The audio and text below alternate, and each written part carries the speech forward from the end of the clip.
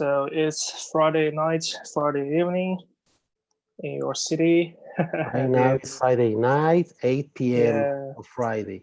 yeah, it's now 10 a.m. in Tokyo.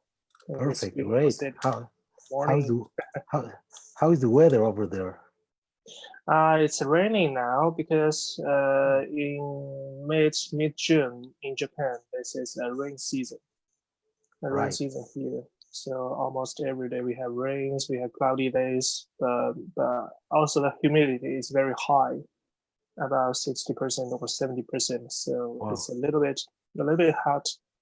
Yeah. Well, can you bend a little your phone? Can you bend a little the screen to you so we can? Okay. That's it. Yeah. Can you, sorry, but Okay, I cannot see my it's okay. Here it's it's okay. okay. Okay, here we go, Helin. Yeah. How are you, boys and girls? Welcome to a new episode of the Volley Talks here in Plus Volleyball page. My name is Alejandro Castillo. I'm in Mexico City, the biggest city in the world, or maybe Tokyo is the biggest. I don't know at this time. Well, it's a pleasure to welcome today a great volleyball personality in the Asian Volleyball Confederation. He works as an announcer and MC in 3 languages for both Japan and China. He will explain us a little more. But well, welcome, Helin Li. How is everything in Tokyo, Japan right now? Hello everybody. I'm Helin Li. So yeah, it's good in Tokyo. So although yeah, we all have to stay at home because of the COVID-19, but everything is turning better these days. So we have shops open, we have restaurants open, and we are back to our normal life. So yeah, very good, very good. How are you? How are you at in Fine, Mexico? thanks. Well, we in Mexico have different messages. One from the federal government, another one from the local government. Well, but we Okay. are surviving. That's the most important thing. Yeah, yeah, And we all wish to go back to volleyball pretty soon. I think the for same as sure. you, for sure, is the thing we most love. But well, I think we have to wait just a little more. Yeah, actually, we have to just wait for maybe another month. Yeah. Yeah, maybe. So no sport activity right now in Japan. No volleyball, No, nothing. no. We have to avoid the crowd. We have to avoid the spectators. So actually now the baseball league is now restarted, but without spectators. So only the players here in Japan. Yeah. Okay, great. So, well, thanks again, Helen, for being here. We had to reschedule it from last week to now. Well, thank you very much for your patience, for your time. And well, as you know, here in Volley Talks, we try to speak with different volleyball personalities from around the world. Right now, this is a show, I think it's 48. I have been talking with people from 11 different countries. So this is great. Well, 10 and now Japan 11. And I think that's great news. Thanks for being here. Thank you. I'm proud. It's a proud for me. Yeah. So tell us a little more about you, Helene. You are Chinese, right? A Chinese living in Yeah. Tokyo now. Yes. Yes, I'm Chinese. So I born in Nanjing, the very big city in China, and I stay here there until 18 years of age, and I went to Beijing for the university life. And there I had the most important event in my lifetime. It's the Beijing Olympics. Then I came to Tokyo. Now I'm living in Tokyo for 11 years. Very 11. long, 11 years already. Yeah. How old are you, Helene? Yeah. Sorry. How old are you? I'm now 31. 31. Yeah. Okay, it's great. Well, at this age, you have Olympic experience and a lot of FIDB beach volleyball events in Japan, in Asia, in China. So that's great news. Congratulations. Oh, thank you very much. I think yeah, I'm a little bit lucky because the first important event to me is the Beijing Olympics, and after then I had the chance because there are many FIVB events in China in Asia, so I have a chance to work for these events for these tournaments. Yeah, That's it's great. very lucky. Yeah, I can imagine. And tell us a little, how did you start in volleyball? Did you play volleyball?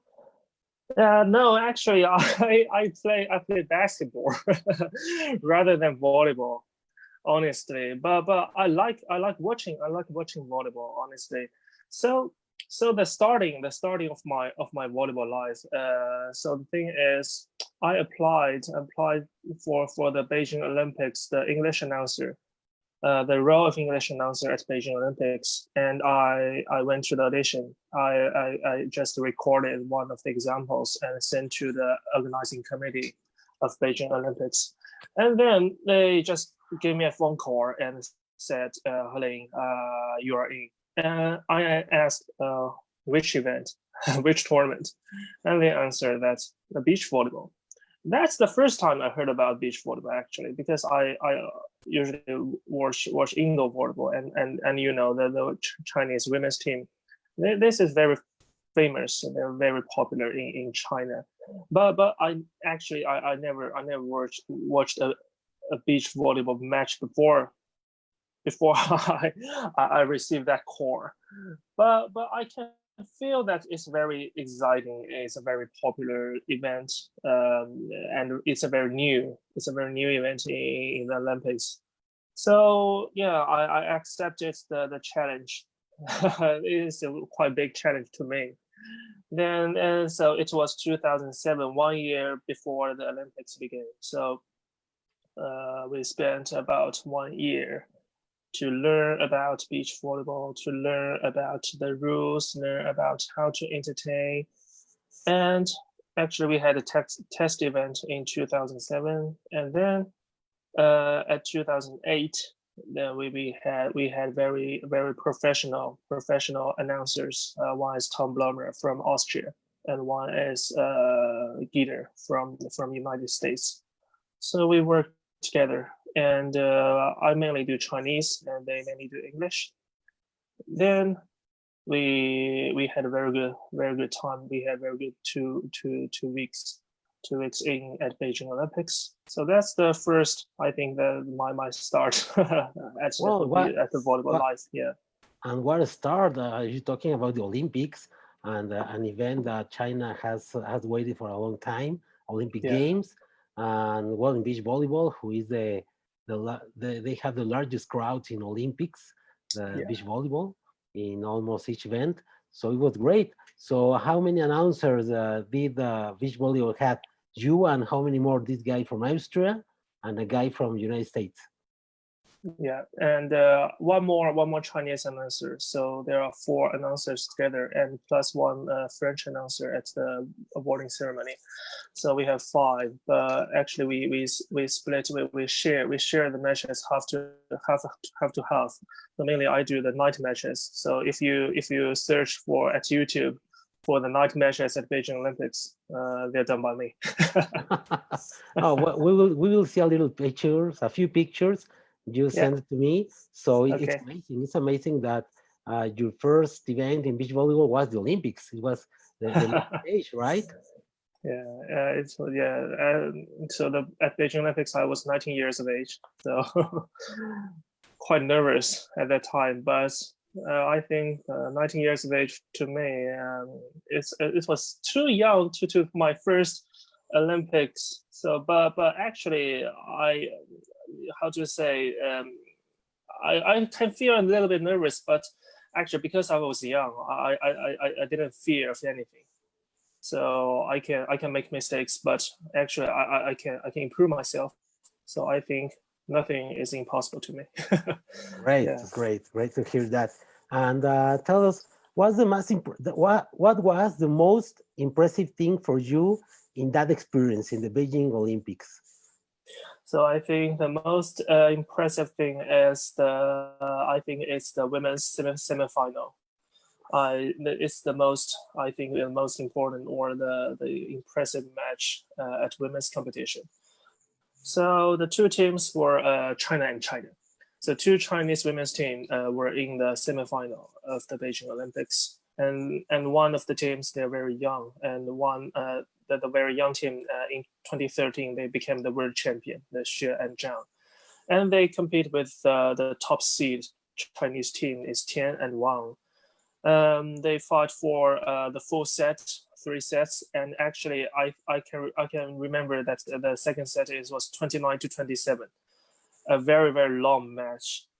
So the crowd actually, honestly, the crowd they might not they actually, I think as a spectator you won't feel very excited because you see both a Chinese team, they think no matter who wins, one of them will be into the final. But actually they played very well. They played very very exciting match at that time. So the the spectators, they turn crazy. They cheer for both teams. They cheer for the historic moment, and finally the top seed they won that match against the younger team, and they entered the final against Kerry Walsh Jennings and Misty May. Finally they lost because you know the Kerry Walsh and Misty May, they are the queen. They're very strong. They're the So.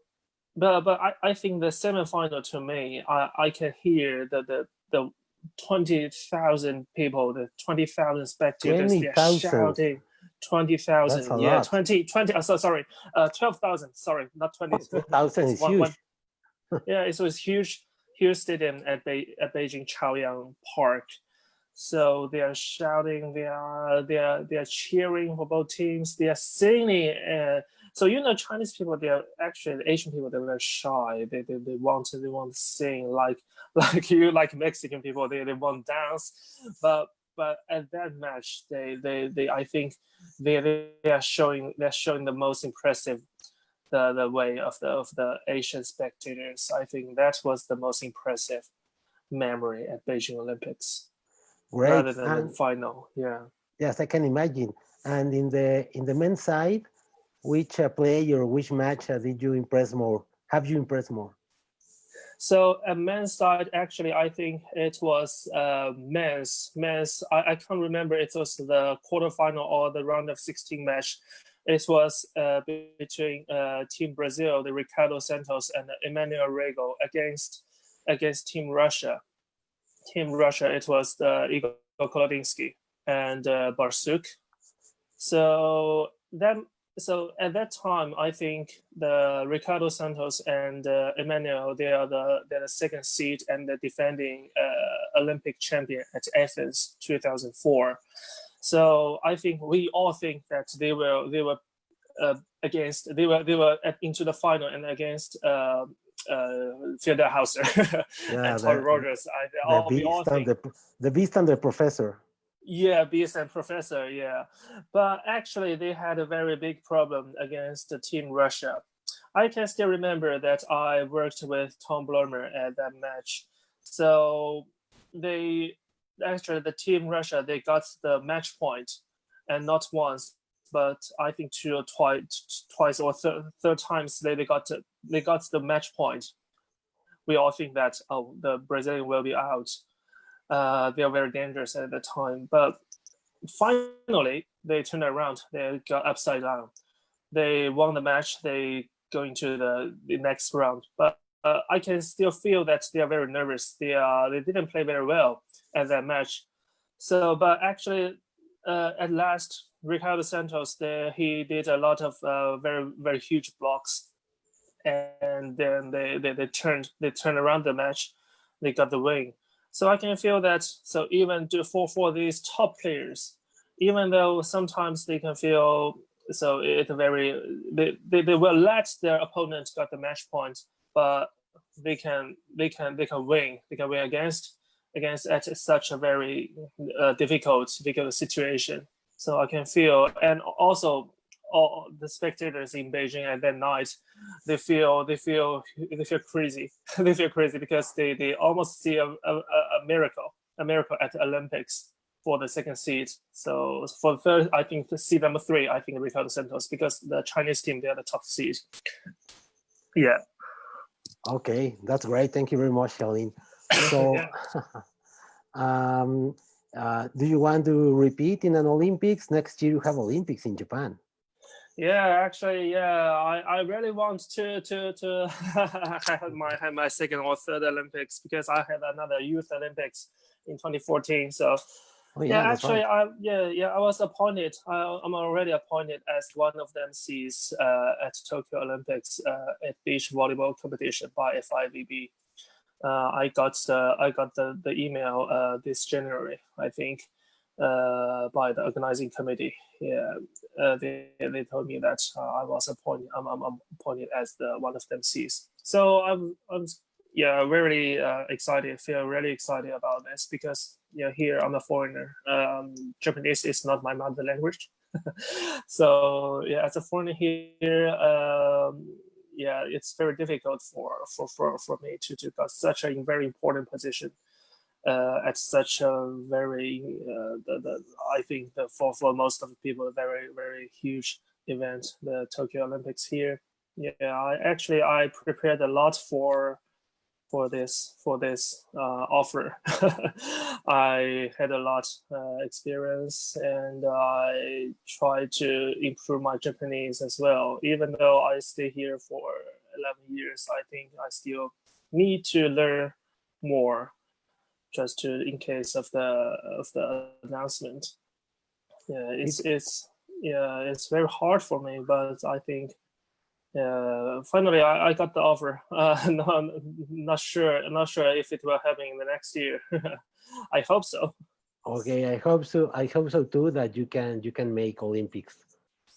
Yeah, thank you. Okay, Helin, we're gonna share some of the pictures you sent to me. Sure. But now we have a message from Miguel Angel Ramirez. You know this guy, the Mexican referee? Okay. Hello, Miguel. Hello. He's my buddy. He's a very good friend of mine, and he says hello, Helin and Alex.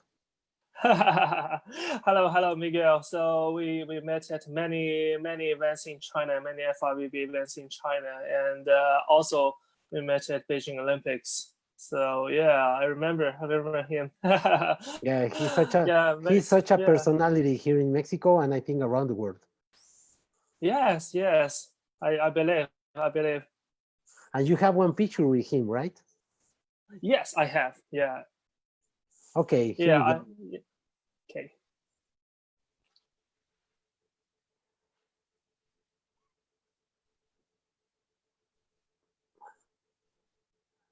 Yeah.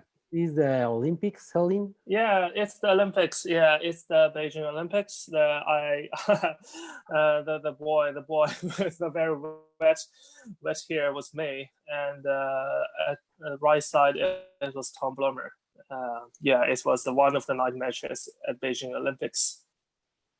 Great. When I was 19 years of age. 19 years. Yeah. And the most amazing thing is that you don't know a lot of beach volleyball. That's the most amazing thing. I didn't know. But at that year, from 2007 to 2008, we really learned a lot. We watched a lot of matches, and we learned about the player style. We learned about the history. Yeah, it was another. I worked with Tom Blummer, and you can see I'm holding the papers. The papers were provided by Tom, I think. So he prepared a lot of players information or in the papers. So I think Tom he can remember most of the players information. He was glad to share with us. So we all hold a piece of paper before each match. Yeah. Helin, please tell us how popular is beach volleyball in China? It's a huge sport? Actually, it's a minor sport. It's a minor sport there. So I think most of the spectators they go to see beach volleyball for the first time in their lifetime. So as I talked before, the indoor volleyball is the most important. It's the most popular sport, I think, in China because of the Chinese women's team. And beach volleyball, so because there are no many live matches at TV, so many people they didn't know about beach volleyball before they go to the event for the first time. But I think when they go and watch the first beach volleyball match, they will love it. So Yes. I see many beach volleyball fans. They are the spectators. They are just a walk around. They are just I think or they are the volunteer of one of the events. But finally they turn to the beach volleyball fan in China, and the number of fans, they are turning more and more in that country. Yeah, for example, how many FIVB beach volleyball events did you have last year? Last year, Five, seven, five, I six? think maybe 5, 6, yeah, 2 stars, 3 star, 4 star we had, and also the Olympic qualification tournament All right, that's in great. China as well. Yeah, very important Well, matches. well, obviously, indoor volleyball crowd is bigger because there's a lot of history of in volleyball for China, and China, the women's team is the Olympic champion. They are Yes, Olympic champions with the yes, they are. Jenny Langping. Yeah, the now head coach Lang Ping, Jenny Lang Ping. Yeah, because the China women's team they were the world champion at 1980s. So because at that time the China was a very not the economy in China is not it's not like these days. The China was after the Cultural Revolution. China had a very weak economy at that time, but the Chinese women's volleyball team, they got the world champion, they got the Olympic champion, they got the World Cup at that time. So I think they inspired Chinese people at that time. And then at 2004, at 2016, they got Olympic champions again. So I think yeah, the most of the Chinese people they love the Chinese women's team, and also Jenny Langping. Jenny Langping, I think she is a hero here in China, both as a player and as a coach. She's very how to say I think impressive women. So she got huge success in US in the United States as a coach. Uh, so actually after Beijing Olympics, she got retired because of the age and her injury. But finally, for her country, she accepted the position, the role of the Chinese women's volleyball team. So because Chinese women's volleyball team, they are quite they quite have a very large, very big. It's very popular in China. So it's very hard to be a head coach of Chinese women's volleyball team because win a match is just a daily routine. It's just a business as usual BAU. But if you lose, you will receive many many many people will blame you because why how comes you can lose to Japan at London Olympics. So it's under pressure. It's huge pressure. But I Jenny know. Langping, she's impressive. She accepted such a very important position, Yes, and yes, of finally she course. made it. Yeah, she made it, I think. Okay, thanks, Helin. Miguel Angel Ramirez says, yes, I remember him in Beijing, again in Nanjing and Haijin, and Yeah. more events in China. You are a great person. Congratulations, says Miguel. Thank you, Miguel. And yeah, Miguel, we took a lot of pictures at I think at medal ceremonies because always I will ask I'll ask Miguel to announce the match results. Yeah, and he is very very, how to say? I think I like him. I really like him. Yeah, he's likable and he's very funny also. Yeah, very funny. Yeah. Great. And well, thanks, Helin. And this picture, who is she? So she's Nadia. She is the boss of Personal Plus, the dance team, the Spanish dance team at Beijing Olympics. So she's very strict to her girls, I think. So she always asks the girls to dance. At Beijing Olympics, we have cheerleaders both from China and from Spain. And they dance not only at the technical timeouts between the sets, but also at the the normal timeouts, the timeouts called by the players. So for these dance girls, they need to wait and prepare to go into the court at any time, because they need to dance at all the timeouts. But Nadia, she always say that you need to dance because it's your job, and all the girls, they are volunteers. So I really respect her. So she's very professional. And finally, we met again at Nanjing Youth Olympics in 2014. Yeah, really respect. Great.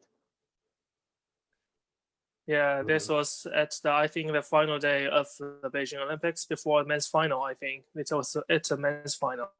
It was a sunny day, right? Yeah.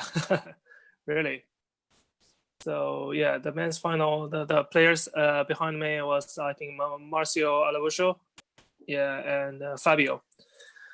Yeah, they played against the professor. Professor and the Beast. The Beast, yeah.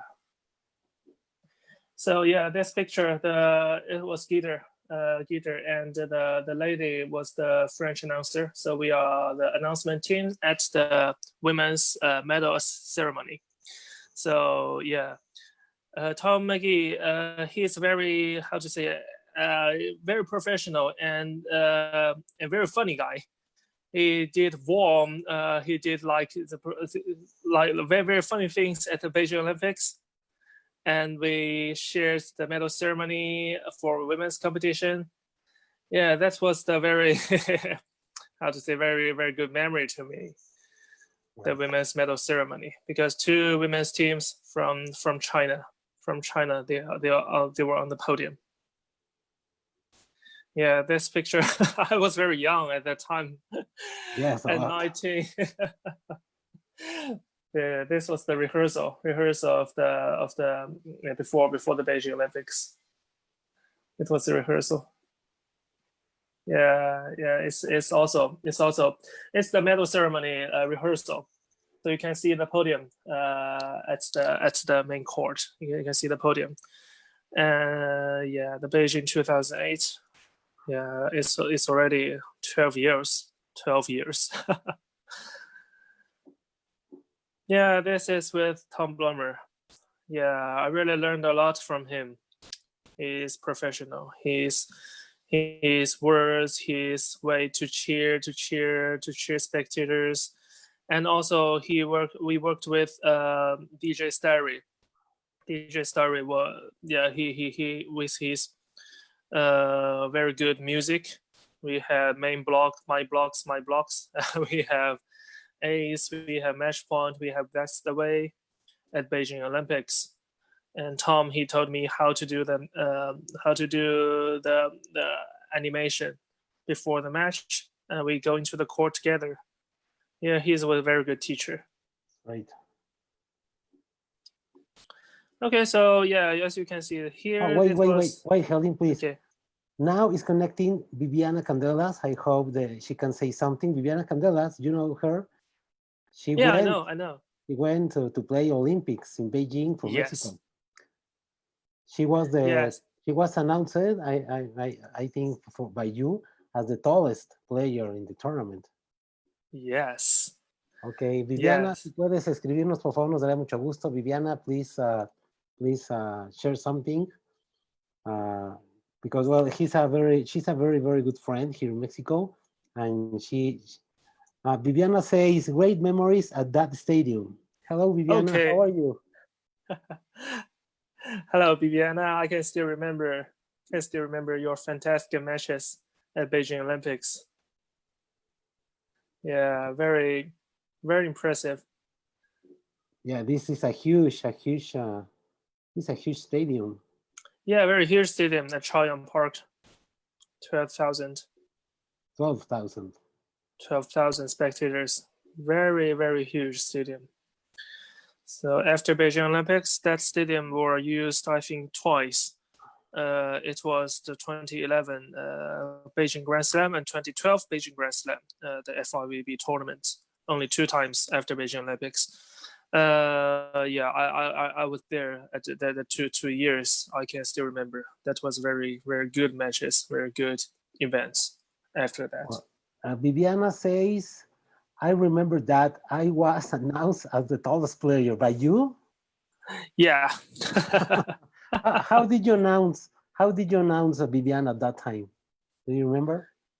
I had the script actually, but I need to find it out. But I think the tallest women's player at Beijing Olympics, Viviana Candelas. Yeah, I can From still remember. Mexico. From Mexico. Right. Yeah. Viviana says, good to see and hear from you. Yeah, me too. It's an honor. Right, thanks. You know, Helin, that in a lot of episodes, I say a lot of times that we in volleyball community, we are smaller than we think, because we are connected right now by Viviana, you and me. So it's great. Oh, it's good. It's great. It's a small word after all. Yes, I think so. Thank you. Yeah. Okay, these pictures were at Guangzhou Asian Games. So it's the Asian game in China, and Guangzhou is the north city in Canton. Maybe you know Cantonese. So it was the capital of Guangdong in the Canton province. So it was the Asian Games. Asian Games, I worked there as a director rather than announcer. So because we had a very huge team, all occupied by the university students. So because I was the announcer at Beijing Olympics, they asked me to work as the director. So it's quite different. It's quite different to me because as an announcer, I only need to think about the script. I need to only think about the match. But as a director, I need to think about not only the announcer, but also the DJ, the music, the video, the mascots, the cheerleaders. Yeah, cheerleaders as well. We had a very many cheerleaders teams. So I need to think about all of these parameters at the tournament.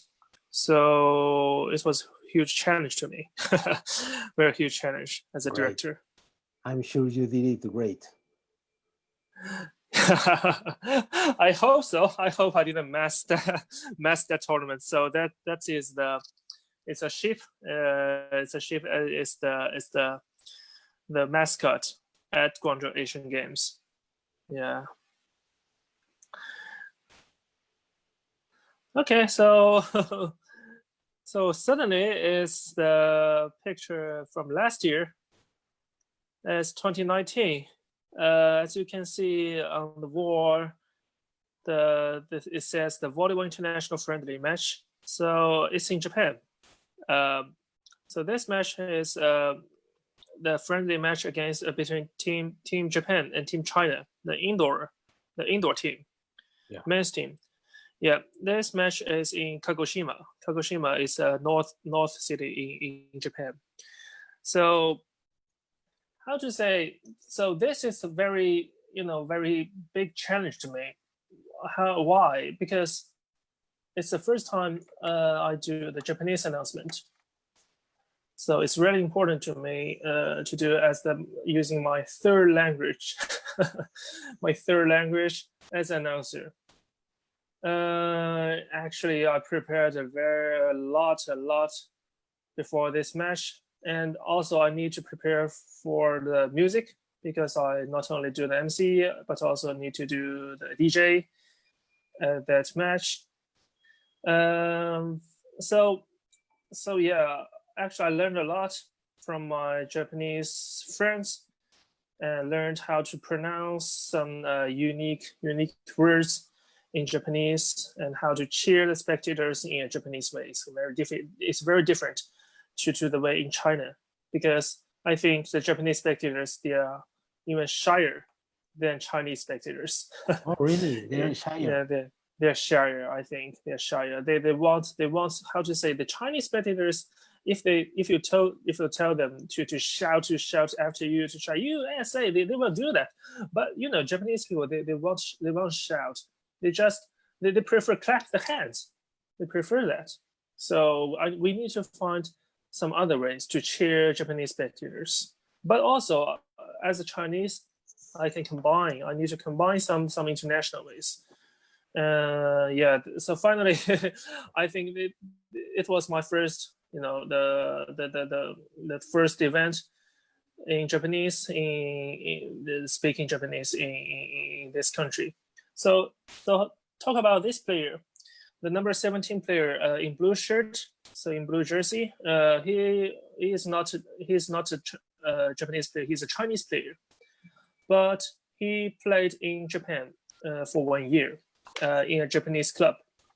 So he can say a little bit Japanese, and he actually can see he's very handsome. I don't know if you feel he's handsome or not, but actually he's very popular.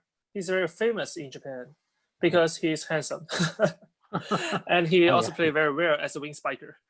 Okay. So his name is Liu Libing, and he's from Beijing. He's a Beijinger, and he played in JT in the Japanese club for 1 year, and he has many Japanese fans. Yeah. So well, also, well, I have read that it's a little difficult to play in the B League, right? In Japan, not everybody can go. For example, last year, well, it happened the same in Japan, in Korea. When Dmitry Mussorgsky went last year to play for Korea, it was like a big news. Yeah, it's a big news. Yeah, it's very big news. There's a draft, right? There are very selected players. Yeah, because he did very good. He played very well in Beijing, so he was selected as the player to Japan, and actually in Japan he played very well. So why did I interview him after the match? Because Team China, they won against Team Japan at that match, and he played very well. So the JV they asked me to interview to do an interview because he's famous. He has a lot of fans. So I did the interview in Chinese and then translated into Japanese. So yeah, so and actually the spectators they cheered. They say, "Oh, well, nice to see you again, Leo." Yeah. So. Okay. And do you remember by sure that last year the head coach of China was an Argentinian guy, Raul Lozano? Yeah, Raul Lozano. Yeah, I remember him. Actually, I took a picture with him as well. So yeah, he's very, I think he's very strict, because we talked after the match. I went to the hotel. I went to the hotel of the team, of the Chinese team, and then Raul Lozano, he just, because even though it's a friendly match, he wanted his team to win. So he's very strict, especially versus Japan, especially. Maybe. I don't know. Okay, and this is a Japanese player. Yeah, Japanese player. He is also very famous because I think we have a lot of very good Japanese men's players these days. Also, they had very good result at the World Cup in 2019. So I think Japanese men's team, they are becoming better and better these days. I think they really did very well I still remember that this player, he did. I think he served a lot of aces at that match against Team China. So Right. yeah, I think very good team, very good team. I think they will even go to the podium at Tokyo Olympics. I believe Oh yeah, they really? will do. I think they can. Oh, even though the height, the height is not at their side, because the average height maybe at the lowest level at the world's men's volleyball team, but the technique, they do very well at the matches. So I believe they will play better and better. And Helin, is Helin Yeah. or Helin? Both okay. So in Chinese it's Helin. Helin. Yeah. Helin, please tell us something about the new superstar from Japan, Yuji Nishida. Nishida. Okay, he's really famous. He's very popular in Japan, I think, because many, he's not only play very well, because he also had a very good face. Oh yeah. He's the superstar, superstar. Yeah, I think before the match, I even though I didn't watch a lot of men's volleyball matches, but I know him. I know him. So Helin, are you there? so he's quite famous, and him the present, gave him the gifts after the Oh match. yeah. Many fans.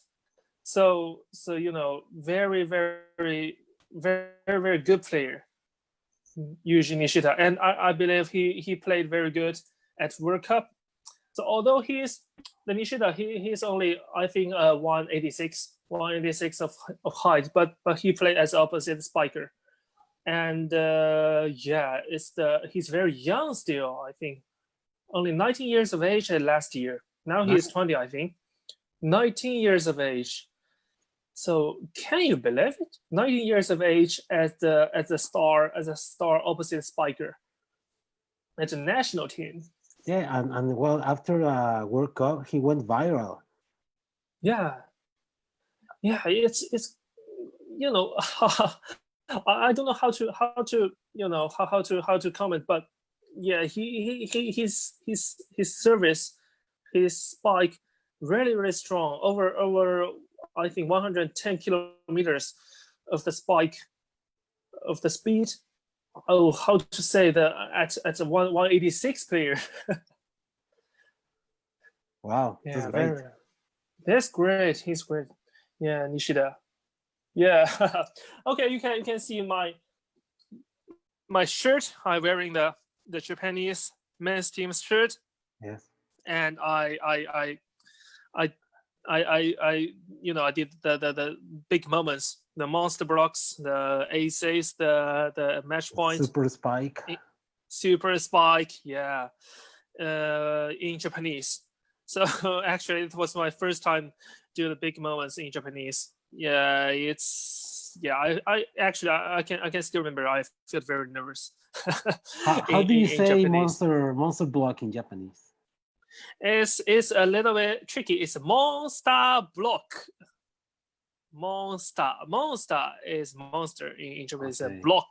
Block is in block in Japanese. And the super spike? It's a super in super, and spike. Spike. We need to spike. Yeah, it's And spike. ace. Super spike. Ace is SS. Oh, really? SS. Yes. S. Great. And okay, this is where in Kagoshima, you told me, right? Kagoshima. Yeah, it's in Kagoshima. Yeah. Right. Yeah, it's another. So it's the monster block. I believe. I prefer. No, the you block. are saying hi. You are saying hi to the camera. Yeah. Okay, so this picture is also from last year. It's the military war games. Right. Military war games are, or all the players are the soldier. Okay, so all from the military. So military World Games. It was held in Wuhan.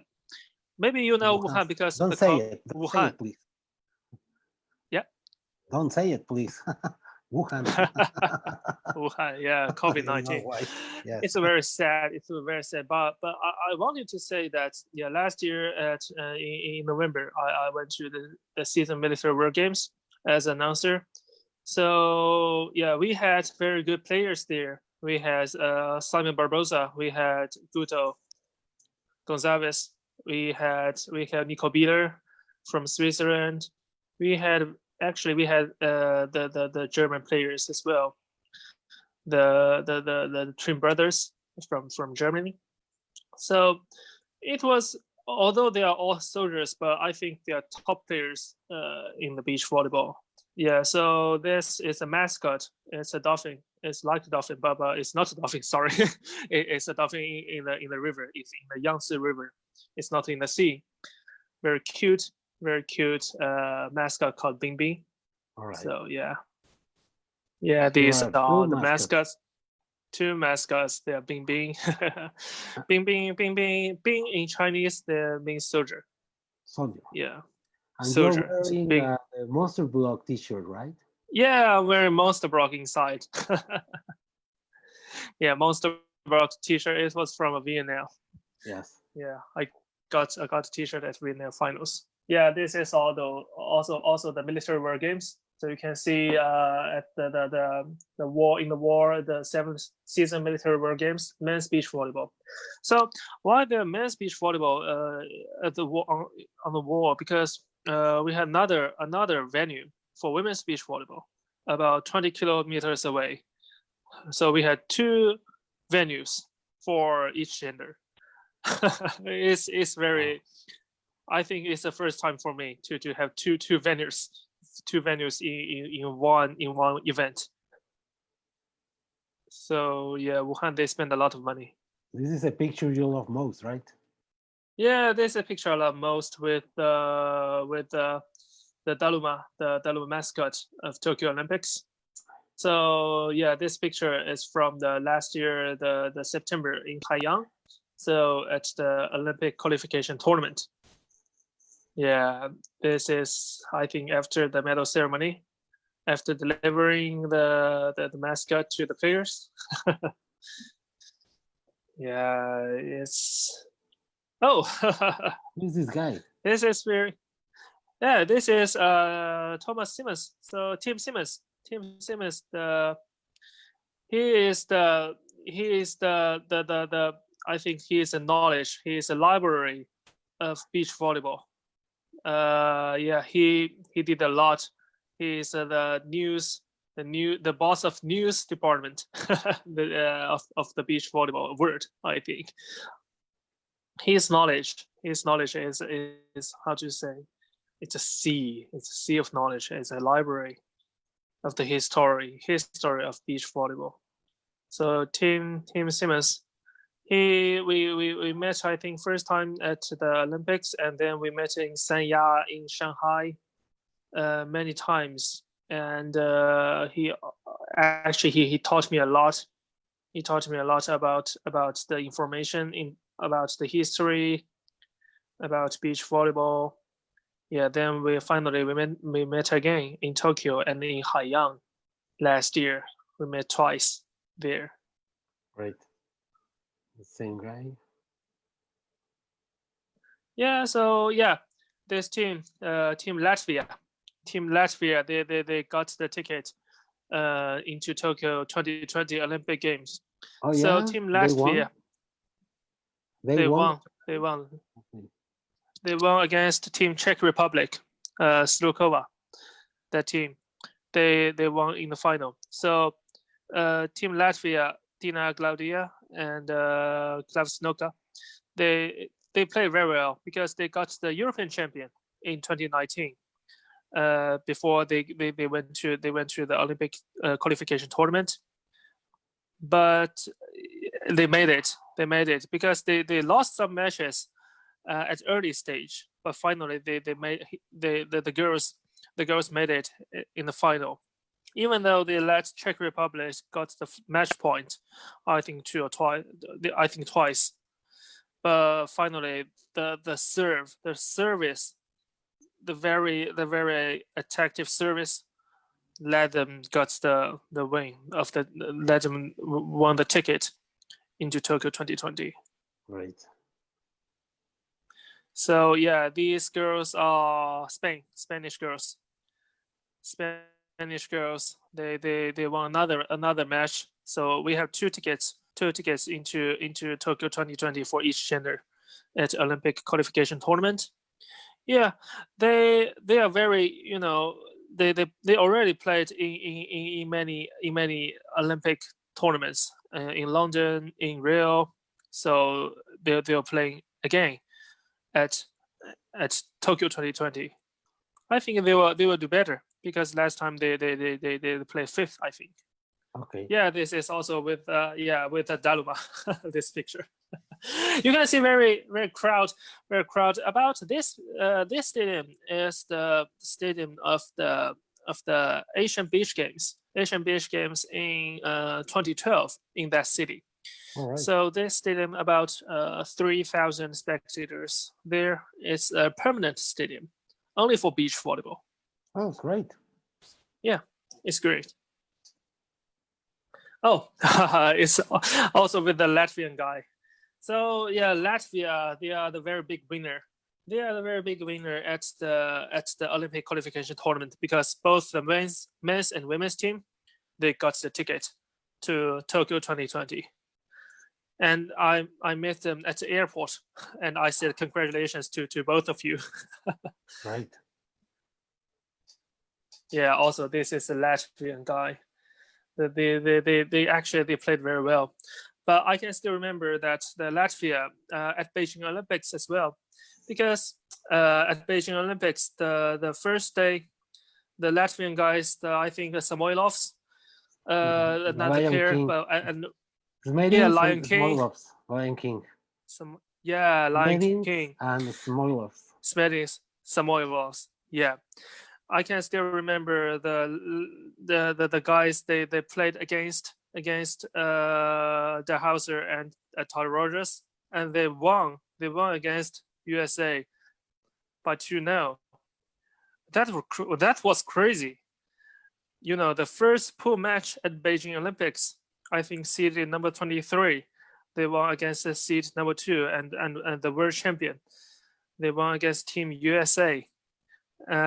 So that was crazy. So I really like the Latvian guys. Really like them. Okay, so back to 2012, I think. Sorry, it's not 2012, it's 2011. So this picture is 2011. It's the Universiade. The Universiade in Shenzhen. It's also Shenzhen is the city near Guangzhou, also in Canton province, in China, in northern China. It's near Hong Kong, Shenzhen, that city near Hong Kong. So it's an university. I also work there as a director. So this is my team, about 20 people in this picture. Yeah, we had a lot, about six announcers, 4 to 6 DJs, and four video controllers, and also we had several cameramen as well, and we also had some mascots, the people inside of the mascots. So all in this picture, and not in this picture are the about 20 or 40, I think 40 cheerleaders, beautiful ladies. So I was director. Yeah, this is also from the university in Shenzhen in 2011. So the you can see the two guys in the front of the picture. They are announcers, and I'm the third.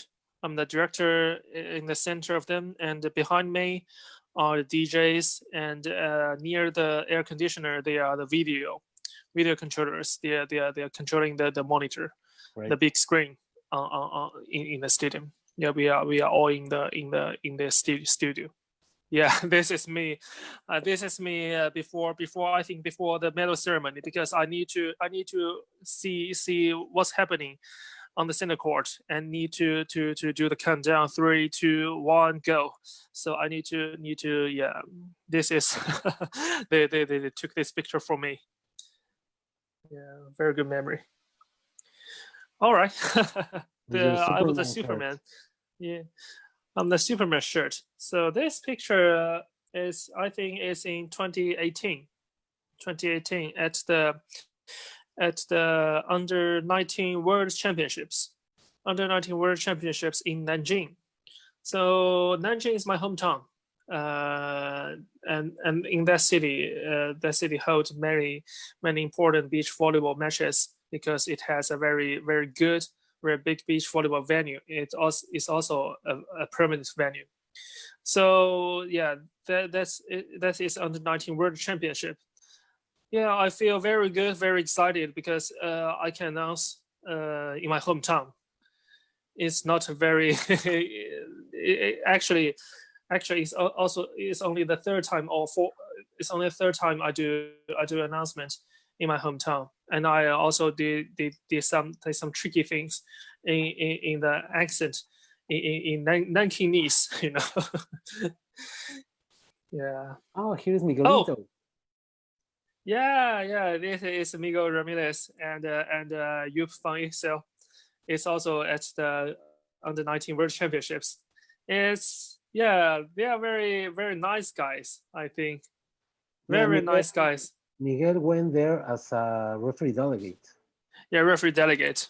Yes, and Yup Fang Excel, he went there as a technical delegate of this Youth World Championships. Yeah, so this is my working. I'm working at the World Championships. So as you can see that, so yeah, we only have a desk on the center court, and I need to announce there, not in a studio, but just on the sand. So it's very hot, very hot in the morning. Or at noon. So the temperature was about, I can still remember, about 38 to 39 degrees Celsius. So I don't know. I think it's over 100 Fahrenheit. Yeah. So you have no tent here? Nothing? Not an umbrella? only umbrella. Only umbrella. Okay. Yeah, because this picture is showing evening match, so we don't have an umbrella, but in the morning we only have an umbrella. It was very hot. Well, for a world championship, it's rare, right? Yeah, it's rare. Yeah. Okay, so back to 2019. So it's the Vienna finals last year. Last July, almost a year passed already. So this is after the bronze medal match at Vienna's finals. Team China, they won against Team Turkey. So this player I'm interviewing is Gong Xiangyu, the little universe. So she is from Jiangsu province, and also this match, this Vienna finals was held in Nanjing, my hometown, so Nanjing is the capital of Jiangsu province, and this player was also from Jiangsu province. So she was playing at her home. We can see at her hometown. So this player, so Team China women's team, they asked the team B. You know, we have team A and team B. The team B is a lower. We can see the lower part of the Chinese team. But this Gong Xiangyu, this player, she is the part of the Olympic champion, the champion team. She's from team A, but Jenny Lamping, she asked Gong Xiangyu to lead team B at Vienna finals, and finally they won against team Italy, and they won against team Turkey in two very important matches, and they got the bronze medal. They got the third place at Vienna finals. So she felt very excited So I asked her, I can still remember, I asked her, so what's your feeling after winning such a match? She said, I'm very, very excited because we had a lot of difficulties before. We had a lot of pressure because, in China, we had a Vienna finals, but Jenny Langping, she just asked Team B to go to the final. So this team, they had a lot of pressure from the mass media because they think that why are you asking Team B into playing at the final?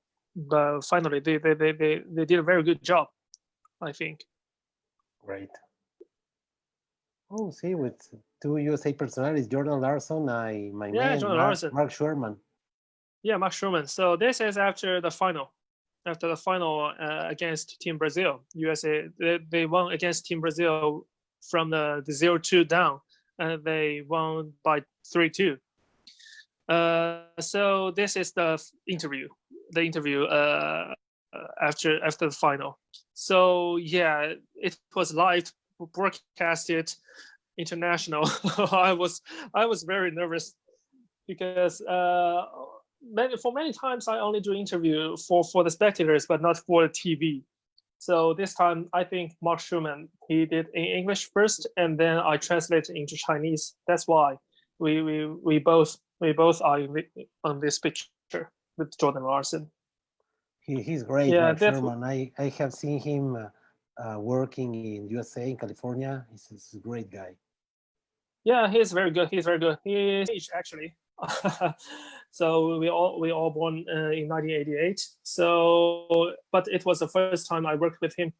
So, but he's very professional. He's professional and he's a lot of experience and he's passionate, and he also played very good volleyball. he played in AVP, I think. Yeah, this block, right? is Monster Block. We have Monster Block shirts. So we cheered the spectators together. So I think this is we are doing the boom. We're doing the super spike. We are raising our hands. So from down to the up. Yeah. So also I think I can remember a very, very funny thing that I asked Mark to learn Chinese. And I asked him to say in Chinese that "Go Team China" in Chinese. So I let him to say "Go Team China." So and then all the fans in the stadium, in venue, they said "Go Team China." So they are very excited because the foreigner, the DJ, the MC, he was saying, he was using Chinese to cheer the spectator. Yeah, this is also the interview to Gong Xiangyu, the match after the bronze medal match from another photographer. Yeah, this is, I think, at one of the timeouts. I need to I'm holding is a t-shirt of VNL. I'm handing it, give it out to the spectators. Yeah, it's we had a lot of entertainments between sets at each timeouts. I think you know as well. We need to entertain the spectators. Yes, of course. Yeah. Yeah, this is also this is also the interview. I think I can't remember which match. She's Kelsey Robinson. Yeah, Kelsey Robinson. Yes, Kelsey Robinson. I can still remember. Yeah. So yeah, I interviewed her in English and I translated into Chinese. So that's what I did. But actually, I did so except the Chinese match. Most of the time I need to interview the players in English and then translate or interpret it into Chinese to the crowd, because many of the crowd they don't know about English. So yeah. Okay, this is the this is the first day of the Vienna finals. So we did the animation. We taught the spectators about the big moments before the match. So you can see the guy beside me. He was Edcombe. He is the guy from Hong Kong, and he is very famous in basketball. He is the MC of the NBA China matches, all of the NBA China games, and he's very professional. He's a very good guy, and we became very good friends after. So. And behind is Poland team, right? In Poland. So he came to Nanjing and for the two matches in the first day of Vienna finals. So yeah. Right. Yeah, this is also the interview against Bosch Hackley. So yeah, I can still remember that the last year she was the MVP at the tournament, but the next year I think some other I think the Larson they turned to the captain, and Team USA they kept very strong, and they won the champion at Vienna finals again 2 years. Yeah. Okay, so this is also 2019, but back to the beach volleyball. This is the test event of Tokyo 2020 Olympics, and as known as the Tokyo 4-Star, FIVB Tokyo 4-Star. So yeah, after doing my first announcement at the Kagoshima, the friendly match. So this is my first time doing beach volleyball in Japan. So yeah, it's very, I think this is a very important event to me, because it's a test event. It's not only testing the venue but also testing me. I was having a test to get my job at Tokyo 2020, so I was trying my best. Yeah, at that time. Were you nervous? Yeah, I was nervous. Actually, I was nervous because in Japanese, I need to. But actually, after the first international friendly match, so not such nervous, but still nervous, I think. We had, you can see in the picture at the right side, in the green shirt, he was DJ Passion. He is a very good guy. You can from his name, the passion, DJ Passion, with a lot of passionate. So yeah, he's a Japanese guy, and he did a very good job. I learned a lot from him. Yeah, we worked together at this test event. Yeah, this is another day at the Tokyo 4-Star with the monster block. I really like this shirt. As you can see, I wore this shirt in many events. I like monster block. So yeah, this is in the Olympic venue, but this is not an Olympic venue, but in a theme park. As you can see, this is a very small venue. It's the temporary one. It's only with the spectators of about 2,000 people. But in Tokyo Olympics, I think the venue will be very large. Like what? Like 18,000, 20,000? No 20,000, but I think over 10,000, over 10,000 in this park. Yeah, very good venue, very good weather, but also very hot. Yeah, very hot there. Yeah, this is also at Tokyo 4-Star. Tokyo 4-Star with another Superman shirt. Yeah. So yeah, actually, so how to say, the very good matches at Tokyo 4-Star. The test match, the competition, the style, all of it's just almost the same as the Olympics. We had 24 teams. We had lucky losers because we don't have lucky loser matches in World Tours now, but because this is an Olympic test event, we had lucky losers, and yeah, I think the teams there are the top teams as well. Yeah, very very good. Okay, so this is I think 2019 or 2018 at Xiamen 4-star in China. It's another very important event. So Lauha Ludwig and Marketa Kozu from Germany. So I think I really like the girls from Germany, because Lauha Ludwig I met her first time at Beijing Olympics. At that time she was a little girl. I can still remember, very cute girl. And she is also very famous in China. She has a nickname of the nickname is Little Rabbit. Little Rabbit. The rabbit, only in China, her nickname. Okay, so the beach volleyball fans all know her about in Little Rabbit. So yeah, this event I think is the first event after the Lauha Ludwig had a baby. So they didn't play very well in Xiamen. They only got 25th at that tournament, but it was a good start to them, because they need to especially for Lauha, she needs to recovery from the 1 year gap, and finally they won the gold medal in Rome. I think it's very impressive. I think, no, I'm not sure, but I think they will play in Tokyo 2020.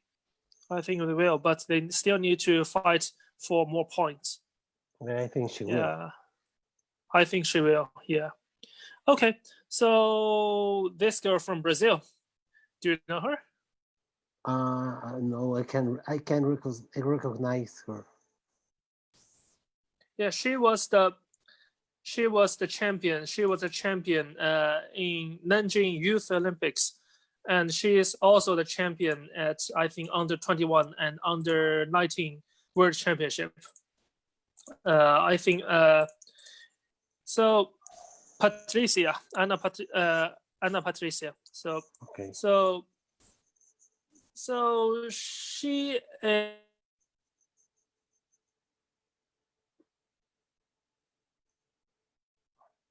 Helin, I think we lost you. Are you there? It's very impressive. She's very high. She's and very young and very talk, very good receive. I think, yeah, she's very impressive. She's really impressive, really young player, and actually, I think she will for sure play at Tokyo 2020 Olympics with her very very good partner, Anna think, Patricia. Anna Patricia, yeah. Okay. Yeah, she's very good. She's very good. What's this? Yeah, this is from the Yangzhou 4-star. It's Yangzhou in 2018. So there's this hat. This hat is made by paper. This hat, the paper hat. So it's the traditional one in Yangzhou in that city. Right. So I wore this hat because it's a traditional one. So I did an announcement there. So this took, I think, a little bit strange, but I like this hat. I really like this hat. Yeah. Okay, so these girls also in Yangzhou, the United States ones, Syracuse. So this pair, I think they played really, really good. They did a very, very good job in Yangzhou. But unfortunately, Syracuse, she got injury, I think, last year. So it made them a little bit difficult to to compete in Tokyo 2020 point race. But I believe because the delay of Tokyo 2020, they will have the chance. She will also have the chance to compete again at the coming World Tour events. But actually, they were very young. They still had a chance. Yes, she's one of the rising stars in USA. Yes, rising stars. Oh, April Okay, Ross. so this is, yeah, April Ross. Yeah, April Ross and Alex Kleiman. So yeah, I think this is, I can't remember, it's the first or the second gold medal for Alex Kleiman, and but it's already the 20th or 24th gold medals for April Ross, I think. But yeah, Alex Kleiman, they and April Ross, they won the gold medal in Yangzhou Four Star in 2018. So they played very well match. And Alex Kleiman, she is a very good blocker at the net. So April Ross, she's very impressive. She has a lot of experience in the previous World Championships and Olympic Games, and I believe they were into the podium in Tokyo. I think they will be, maybe they will be the Olympic champion. Okay, so this is my credit. So in Nanjing Youth Olympics. Okay, so as you can see, it's a little bit small, but I was a director. I was a director at Nanjing in 2014 Youth Olympics. So this is my card. So Full yeah, access, right? yeah, that access, yeah. Yeah. So yeah, okay. So this picture at also Nanjing Youth Olympics, Nanjing Youth Olympics in 2014. So with Do you Cao know Yu, that Miguel also attended the Nanjing Junior I Olympics? know. Yes, I know. I know him. I also I see one of the pictures. He refereeing at Nanjing Youth Olympics, the Miguel Ramirez. I also saw that picture. Yeah. So this picture, I was also with the Ilya. Ilya is a Russian guy. He's a promoter of the many Russian beach volleyball events, and also with Cao Yu, the left side of the picture. Cao Yu, he is the director of FIVB. We share the same hometown, and we were very glad that we met again at Nanjing Youth Olympics in 2014. Great. Yeah, this is also the Nanjing 2014. As you can see, the Youth Olympics, the beach volleyball stadium there in Nanjing. So yeah, it's very good, a very good place to play beach volleyball, and very young stars, I think, very young stars. They got a very good result at that tournament, and I think the men's gold medal were won by Team Russia, Stoyanovsky, and then last year Stoyanovsky he got a world champion. He turned to the world champion. It's impressive because from the youth Olympic champion to a world champion. I think we are watching young star. Yeah. I was also got a TV interview at the Nanjing Youth Olympics by local TV. Yeah, so yeah, it's an honor for me to work in my hometown in such important event, the Youth Olympics. So I can say that if I can work for Tokyo Olympics, it will be my third Olympics, because Nanjing Youth Olympics is my second Olympic game. A good friend of mine, Octavio Medina, says hello from rainy Seattle, Washington. Hello, Octavio. Okay, hello. Thank you very much. Hello. Yeah, this picture was by FIVB. So they took this picture. So this is my team. This is my sports presentation team. I'm in front of the picture. We had a lot of very good university students working as announcers, as DJ, as video controllers. So yeah, so FIVB guys, they even wrote a news for our team at the Youth Olympics. Yeah, really thank to them. 18 people joined the presentation team. Yes, 18 people, and we have some more from the cheerleaders. Yeah, also Nadia's team were also in Nanjing. Yeah, this is also from the Nanjing Youth Olympics, the selfie. Yeah, I can remember that day, the president of IOC, Thomas. This is, I think, that was the most important, the most impressive moment in my Nanjing Youth Olympics life, because we introduced that, ladies and gentlemen, please welcome the IOC president, Mr. Thomas Bach. And suddenly the crowd turned crazy that, oh, the president of IOC, we can see him. So yeah, and the Thomas Bach, he took pictures with the players. He went into the ground and took selfies with the players.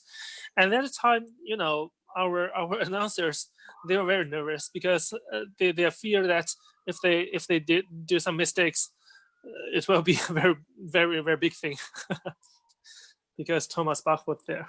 Yeah. Have you ever announced Ari Grasa, the president of FIVB, or not? Ari Grasa, no. You did? Okay. No, never. But well, last year he came to Mexico for FIVB World Congress in Cancun, Mexico. But okay. I wasn't able to attend that Congress. All right. Yeah. So the previous president of FIVB, the Chinese, the Wei Jizhong, yeah, he was the presenter at medal ceremony at Beijing Olympics. I announced that please welcome at that time he was the vice president, the first vice president of FIVB, Mr. Wei Jizhong, and yes, and also after all at some other international FIVB events, he went to the venue, and then I introduced welcome the president of FIVB, Mr. Wei Jizhong. And I don't know, talking about that, have you ever presented the president of China or the prime minister of Japan? No, but we had some mayors, right. or mayors there. Yeah. I hope at Tokyo Olympics I will have the chance to announce maybe the president of the United States. No, please no. Well, yeah, but we at Beijing Olympics we had George W. Bush in the beach volleyball event. Yeah. Great. So Helin, please tell us which was the most impressive player for you that you directly have seen, maybe indoor or maybe beach, the player you like the most? Yeah, no doubt, Kerry Walsh Jennings. No doubt, Kerry Walsh. I think so. Many reasons. I think so. First, because during my preparation for the Beijing Olympics, we watched a lot of beach volleyball matches, and I think from 2007 to 2008, Kerry Walsh Jennings with Misty May trainer, they smashed all the beach volleyball events. They won almost all the gold medals at that time. So first, the result, she's a very good player. She played very well. And then at Beijing Olympics, although they won against the team China at final, but they got gold medal. They got gold medals. And then also at London Olympics, they got a gold, and in Rio they got bronze. But still they into the podium four times in a row. But not only for that, but also in many other world tours in China, I met Kerry Walsh Jennings with different partners. Sometimes with Misty May, sometimes with Nico Branagh, sometimes with I think Brooks with some other Brooks Sweat. Yeah, these days with Brooks Sweat. Yes, now with Brooks Sweat. Yeah. So no matter who she played with, she's playing very good teamwork, I think. And her personality, I think, is perfect. Why do I say that? Because a very impressive thing is after each match, she will shake hands with all of the referees, all of the volunteers, all of the staff on the court. She will shake hands, no matter she win or loss. So she will do that to show the respect to all the staff on the court. And yes, and every time the fans ask for a picture, she will say, "Oh, come on, let's do that." So very friendly to all the people in the court, or just after match. No matter she won or lost. So very good personality. So she also has a lot of. She also have many fans in China. Many fans. So sometimes I deliver the present, the gift from her fans to her. Sometimes even in China, I do that. So I'm her fan, and then so now they are in the top race to the Tokyo Olympics. So I think they are the second team, the number 2 team in USA now at the qualification point. I hope they will finally on the court of Tokyo 2020, no matter about her age. But I think if she competes in Tokyo 2020, she will for sure get a very good result. So yeah, hope I can see her next year in Tokyo. Okay, Really I hope so that. too. I hope so too, Helin. And in indoor, which player do you like the most? Maybe male or female? I think in indoor, the most I like most is how to say is Hui Ruoqi. Hui Ruoqi, she is a former captain of Team China. Hui Ruoqi, so she played very well. She is the captain for Team China at the 2016 Rio Olympics, and she got the gold medal for Team China. So, but her career is not very, it's not easy to say because she's not always winning. For example, in 2012 London Olympics, they lost against Team Japan at quarterfinal. So after that match, Hiroshi, she got a lot of blame, because she's such a very big, important player for Team China. But some errors resulted in a loss, a very painful loss in that quarterfinal. But after then, she still leads the team. She leads the team, and then they did a very good job with Jenny Lamping, and then they won the World Cup again, and then at 2016 Olympics they won the Olympic gold medals, and after then she led Team Jiangsu for the local club to win the national champion. So I think it's I don't know, but I think it's the first time or the second time for the local team to win a national champion for her, and then she retired. Now she's very she's doing a lot of job promoting volleyball with the children. So she's doing a lot, very good. Oh, that's great. That's great, Helin. And well, for Tokyo Olympics, have you received invitation as an announcer, as a director, or so Yes. what? It's an announcer. I received that, as an announcer, one of the announcers at beach volleyball tournament. Okay, great. Hope to see you there. I hope so. I'm working on I hope so. that. I go over there. Okay. I'm working on that. It's very possible. So you're you're coming to Tokyo working for I'm working in that. It's one of my projects. Okay. Good. It would be great to meet you over there. Yeah, me too. Okay, Helin. Well, the time it's over. It has been a pleasure to be with you, with a very passionate person like you in your job, in your activities as a presenter, as an announcer, as a director. It has been a pleasure for me to be in contact with you. I want to thank you very, very much for your time and your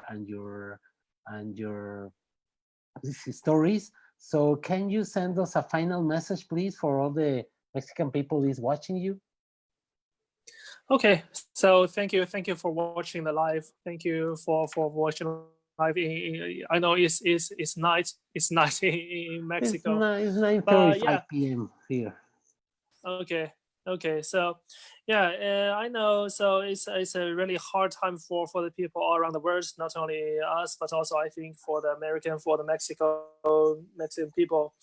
So yeah, I think the volleyball, the sport, they bring us hope. I think even we stay at home, we can train ourselves, we can entertain, and we can watch matches, we can do some exercise.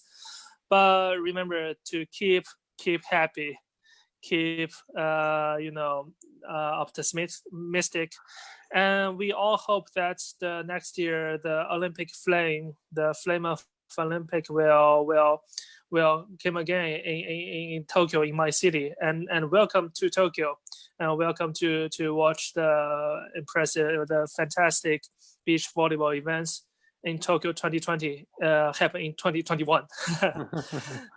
Okay, Well, the, the keep Olympics, safe. the Yeah, Olympics will keep his name, right? As Tokyo 2020, not yeah, as 2021. Tokyo 2020. Yes, keep his name. Yeah. Okay. So, and before that, we all need to keep safe, stay safe, Yes. stay safe at the moment. Yeah, Okay. we, Yes. we can keep safe. Yeah. Okay. Well, Helin, thank you very much. It has been a pleasure. Send you a virtual hug to Tokyo.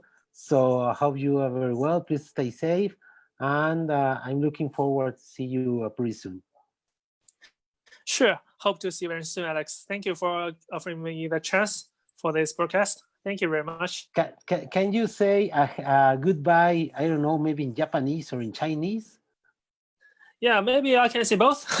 Okay, both. So yeah, okay. So first in Chinese is 再见, 再见, 再见, and in Japanese we two ways. So I think we can say see you again. So see you again. So say また, また, じゃあね, また.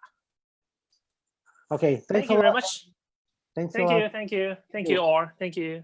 Bye. Thank you. Bye bye. Bye bye.